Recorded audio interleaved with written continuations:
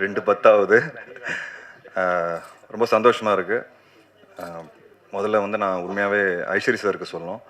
ஏன்னா ஒரு ப்ரொடியூசராக வந்து அவர் உள்ளே வரும்போது எந்த கேள்வியும் கேட்கல என்கிட்ட. அவர் சொன்ன மாதிரி கடைசி வரைக்கும் என்னை ஃப்ரீ ஹேண்டில் விட்டார். நீ என்ன பண்ணணும்னு நினைக்கிறியோ பண்ணுப்பான்னாரு. அண்ட் இன்னைக்கு இந்த சக்ஸஸ்க்கு மிக முக்கியமான காரணம் அவர் எனக்கு கொடுத்த freedom and trust. Trust is the biggest form of லவ்னு சொல்லுவாங்க. So thank you for the trust sir. And அது அவர் கொடுக்கலன்னா ப்ராபப்ளி இன்னைக்கு படம் இந்த அளவுக்கு வந்திருக்காது. So I'm very lucky and very happy.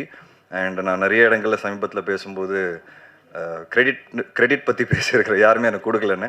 But I think இந்த ஒரு மேடையில் சார் வந்து என்னோட 18 வருஷத்தோட ஜேர்னியோட கிரெடிட் கொடுத்துட்டாரு. So thank you so much sir, thank you.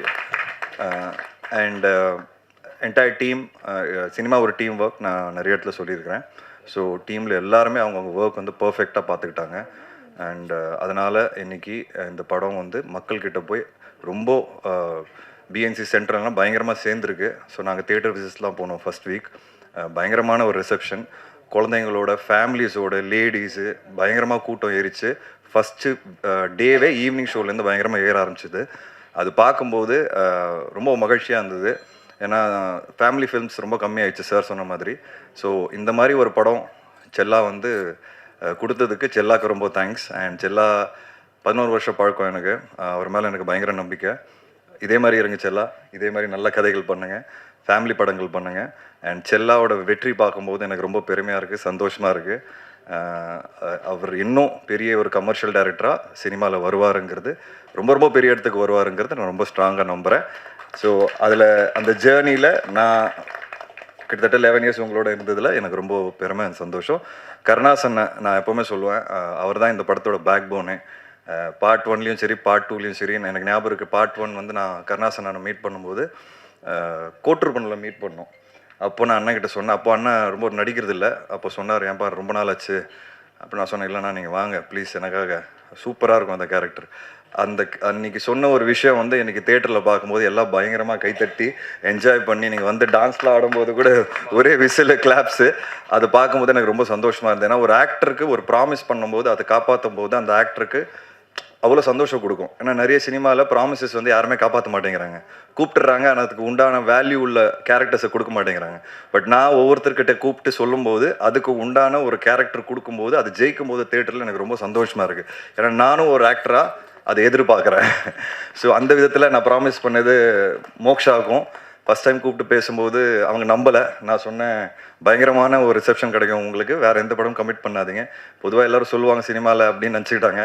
But theatre போய் பார்க்கும்போது அவங்களுக்கு கிடைச்ச விசில் கிளாப்ஸு, எங்கே போனாலும் மீனும் மிஸ் தான் கேட்குறாங்க. நான் மைக்கில் பேசும்போது கூட, நீங்கள் கொஞ்ச நேரம் விடுங்க சார், அவங்ககிட்ட மைக்கை கொடுங்கன்றாங்க. அந்த அளவுக்கு வந்து அவங்களுக்கு reception. So I am very happy for you moksha, congratulations.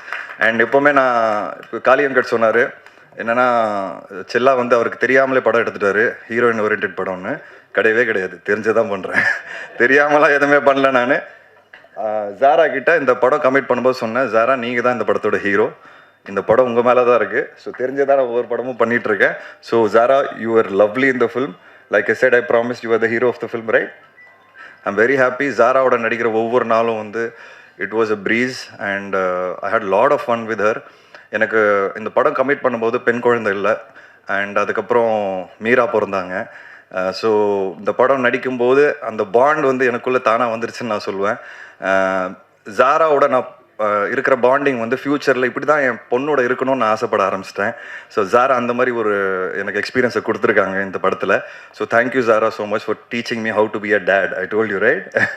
So it was very exciting journey. And audience, இன்றைக்கி ஆடியன்ஸ் வந்து ரொம்ப ரொம்ப ஸ்மார்ட், ரொம்ப ஷார்ப். அண்ட் சினிமாவை வந்து ரொம்ப நேசித்து பார்க்க ஆரம்பிச்சிட்டாங்க. ஸோ தப்பு பண்ணுறதுக்கு உண்டான வாய்ப்புகள் ரொம்ப கம்மியாயிடுச்சு. அண்ட் அந்த ஆடியன்ஸை சாட்டிஸ்ஃபை பண்ணோன்னா, அந்த ஆடியன்ஸை அவுட் ஸ்மார்ட் பண்ணோன்னா அது ஒரு பெரிய சேலஞ்ச் இன்றைக்கி. பட் கட்டா குஸ்தி ரொம்ப சிம்பிளான ஒரு ஃபில்ம் இருந்தோம், ஆடியன்ஸ் அது பயங்கரமாக கொண்டாடி என்ஜாய் பண்ணியிருக்காங்க. நான் இன்றைக்கி 18 வருஷம் ஜேர்னிக்கு அப்புறம் இங்கே நிற்கிறேன்னா அதுக்கு முக்கியமான காரணம், வித்தியாசமான படங்கள் பண்ணியும் நான் ஜெயிச்சிருக்கேன்னா காரணமே ஆடியன்ஸ் தான். ஸோ ஆடியன்ஸ்க்கு ரொம்ப ரொம்ப தேங்க்ஸ், என்னை வந்து கைவிடலை. அண்ட் இந்த விக்ட்ரிக்கு அப்புறம் எனக்கு ரொம்ப நம்பிக்கை வந்திருக்கு. ஏன்னா உண்மையாக சொல்லணும்னா லாஸ்ட் 2-3 இயர்ஸாக கட்டா குஸ்தி 1க்கு அப்புறம் எனக்கு கரெக்டாக அமையலை, நிறைய விஷயங்கள் லேட் ஆயிடுச்சு. ஒருவேளை ஆடியன்ஸ் என்ன மறந்துட்டாங்களா நான் பயப்பட ஆரம்பிச்சிட்டேன். பட் இந்த விக்டரியை பார்க்கும்போது எனக்கு வந்து இந்த படம் மினிமமாக 50 கோடி ரூபாய் கிராஸ் அடிக்கும். ஸோ அது பார்க்கும்போது எனக்கு ஆடியன்ஸ் என்னை மறக்கலை, என் மேலே ரொம்ப அன்பு வச்சுருக்காங்கன்னு எனக்கு ஒரு பெரிய நம்பிக்கை வந்துருச்சு. So thank you to the audience and press and media.